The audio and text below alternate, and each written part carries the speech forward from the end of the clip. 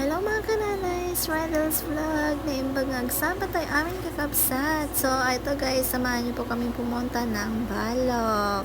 At ito na nga po mga kananays, maaga po kaming nagising dahil nga po magagayak na kami dahil maaga po kaming aalis at bibiyahe dahil nga po medyo malayo din po ang Balok ng ating pupuntahan ay maaga po tayong naligot, nagising at nakagayak. Outfit check! At ito na nga po pala mga kananays, magmumotor po tayo hanggang bayan. So ayan mga kananays, samahan nyo kami sa aming biyahe. At kung nagtataka po kayo mga kananays, ay nagmotor na lang po kami kaysa mag-commute papunta ng bayan. So menos pa na ang aming pamasahe, kaming tatlo. At nandito naman po tayo mga kananays, mag-parking na naman po tayo dito sa tapat ng munisipyo dahil nga po may kukunin na naman po ako dito. Syempre, kailangan po yan. Ito nga po pala yung dahilan na nandito kami sa munisipyo dahil kailangan po talaga ito sa LTO. Kukunin ko nga po pala ang aking PSA birth certificate. So, dito lamang po sa Muñoz, Nueva Ecija. Dahil nga po wala po akong hawak na dokumento, simula napunta po ako dito sa Nueva Ecija. So last month mga kananay, nag-register po ako ng PSA birth certificate dito sa Muñoz.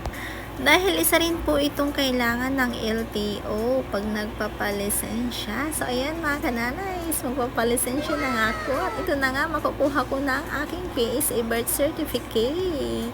Yes, sama po yung narinig yung mga kananays. Pupunta tayo ng LTO para po sa license po natin. Pero hindi pa po license po ang kukunin po natin ngayong umaga dahil nga po magpapa-student muna tayo.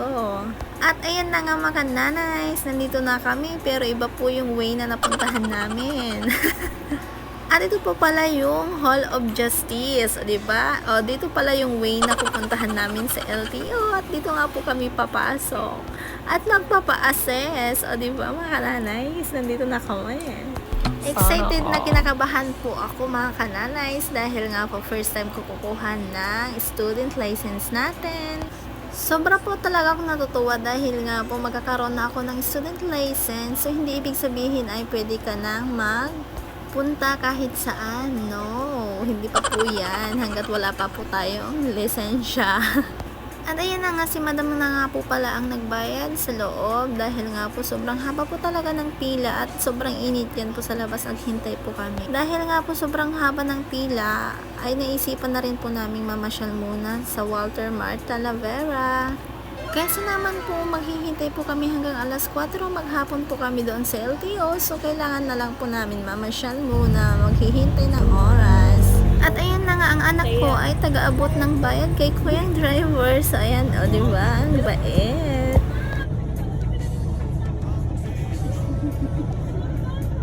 Hello, poblasyon.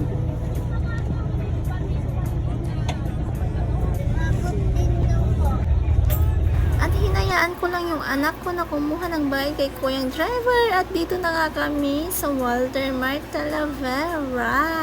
Diba? Magpapalamig muna tayo kasi nga sobrang init dito sa labas. At habang nga po pala papasok kami dyan ay nagtanong ako kay kuyang guard kung pwede po ipasok ang donut na hawak ko. Siyempre, diba? Baka bawal. O diba? At sabi naman po niya ay pwede, so binitbit ko na lang talaga. Kakainin ko sana yung donut sa loob ng jeep kaso nga lang sakto naman po na nandyan na kami sa Talavera ng Walter Mart. So ayan mga nakananays, maglakad-lakad muna tayo at magpalamig-lamig. At ayan na nga mga kananay, sinanong ko ang aking mga anak kung gutom na sila ay sabi nila ay gutom na daw sila. Dahil nga po naghanap na nga po kami ng aming kakainin kung saan po kami kakain. Ayan, di ba mga kananays? Ang bait ko, di ba? Charot. At dito na nga kami napadpad sa Jollibee dahil nga always naman mga kananays kung lumalabas kami at nagugutom na kami ay dito talaga kami sa Jollibee kumakain. Bago pala kami mag-order ng aming kakainin mga kananays, ay dito muna tayo sa toilet. Magbabanyo muna tayo dahil naiihi-ihi na kami. At ito na nga, pagkatapos na nga po pala kami umihi or nag-toilet or nag-CR, ay pumunta na po kami dito. At mamimili na po kami ng aming kakainin.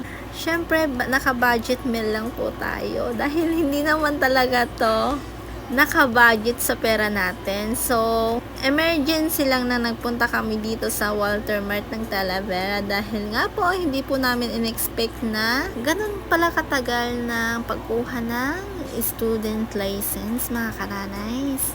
So, ito na po pala ang aming in-order, mga kananays. Dahil nga nagugutom na kami. Dahil tanghali, tapat na rin po dyan. 11:30 na po dyan. So, ayan, nagugutom na ang ating mga anak. So, tara mga kananays, kain po tayo.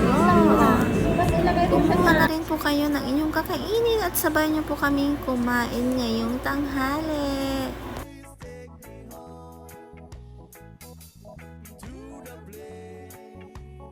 At pagkatapos nga po pala kami kumain, mga kananays, dumiretso nga po pala kami dito sa palaruan ng mga bata. So ayan, nag-basketball na naman po ako. At pagkatapos po nag-basketball, so ayan, dumiretso na naman po ako dito. Enjoy na enjoy po talaga ako, mga kananays. Tuwang-tuwa po talaga ako.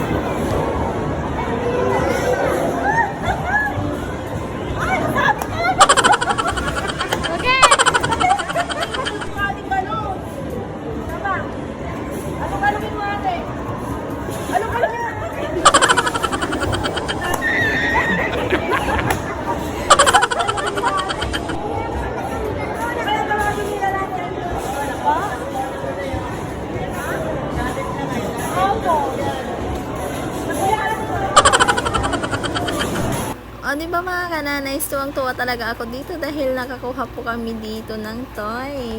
At yun nga mga kananays, babalik na kami ng LTO dahil nga po hindi pa po tapos at kailangan ko pong magpa-picture at mag-signature. So, ayan mga kananays, nakuha ko na ang student license ko. Thank you for watching mga kananays. God bless!